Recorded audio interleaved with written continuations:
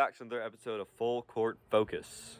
Today we're going to be talking about the trade deadline and the outlook for the rest of the season for the Nets, the Pelicans, and the Bucks.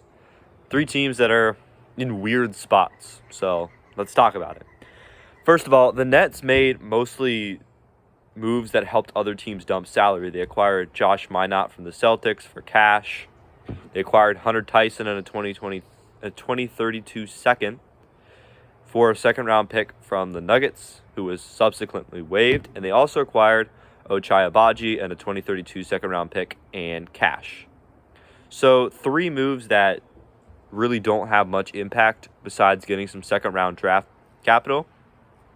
And a team like the Nets that is just kind of throwing things out there right now, they're not the worst team in the league, but they're pretty bad. So I think it'll be interesting to see what those second-round picks turn into. Not crazy things. They didn't give up any players at the deadline, but I like Josh Minott. I like Ochai Agbaji. I think he can bounce back. I think he was averaging 10 points a game for the Raptors last season. So I think he'll do something. Hunter Tyson, obviously, off the team, just wasn't having a good season. He was shooting sub 30% from 3, sub 30% from the field. So to get him off the roster for the Nuggets is a good move, but kind of irrelevant Nets-wise. One thing I do want to talk about is Michael Porter Jr. People look back on the Cam Thomas trade, or the Cam Johnson trade, and view that as a massive win for Brooklyn and maybe a loss for Denver, because Michael Porter Jr. has been so amazingly good this season. I honestly think he deserved the All-Star nod. He's averaging about 27 a game, which is insane.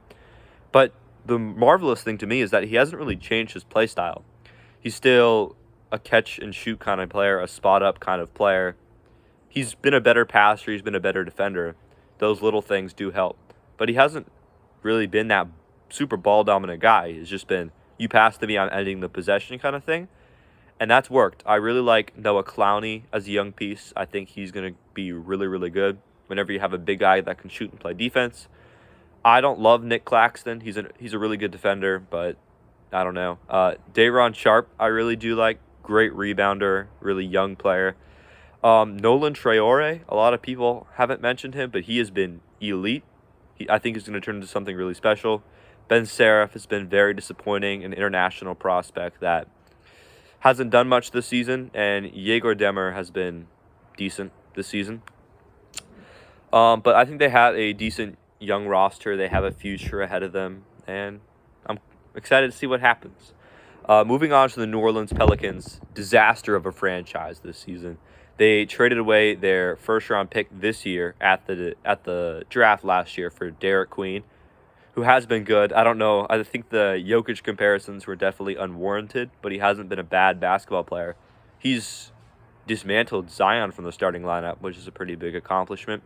He's been an above-average playmaker, poor shooter, poor defender, but those things can improve. They sent out Jose Alvarado to the Knicks for Dalen Terry and 2 second-round picks. Not a good trade, in my opinion. Jose Alvarado is going to be so good on that Knicks team. He's been so good on that Knicks team. And I think you could have gotten more from him. Dalen Terry is not going to play. He's not a very great basketball player because they just waived him right after that. He's never going to appear in a game for the New Orleans Pelicans. They did acquire a pick in 2026, pick in 2027. Again, those are second-round picks. They might be towards the beginning of the second round, but not super valuable. I don't love that trade. But this is pretty disastrous team other than Jeremiah Fears, Derek Queen, and Herb Jones. And I guess Trey. This is kind of a disaster of a team. I think they should blow it up, do a rebuild around Jeremiah Fears and Derek Queen. I think they should have moved on from V's Misi at the trade deadline. I think he's a guy that would have some interest from teams. I think the Raptors were interested in acquiring him at some point. But yeah, I'm just really not happy with the New Orleans Pelicans and what's going on with them. Moving on to the Bucks. They have Giannis. I thought they were going to trade Giannis. They should have traded Giannis. They didn't. They made some kind of irrelevant moves. They acquired Ousmane Dieng and Nigel Hayes-Davis, but they ended up cutting him. They traded away Cole Anthony, and they got Nick Richards. Sorry, Ousmane Dieng did not go to the Bucks, but Nick Richards did go to the Bucks.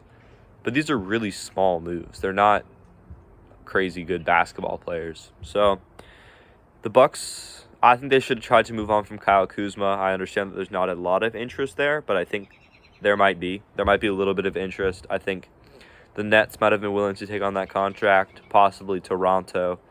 Kyle Kuzma needs to be off this roster, though. And Giannis needs to be off this roster because they're not making things around him. They're not making moves. This is a play-in team at best, even with, in my opinion, the second-best player in the world.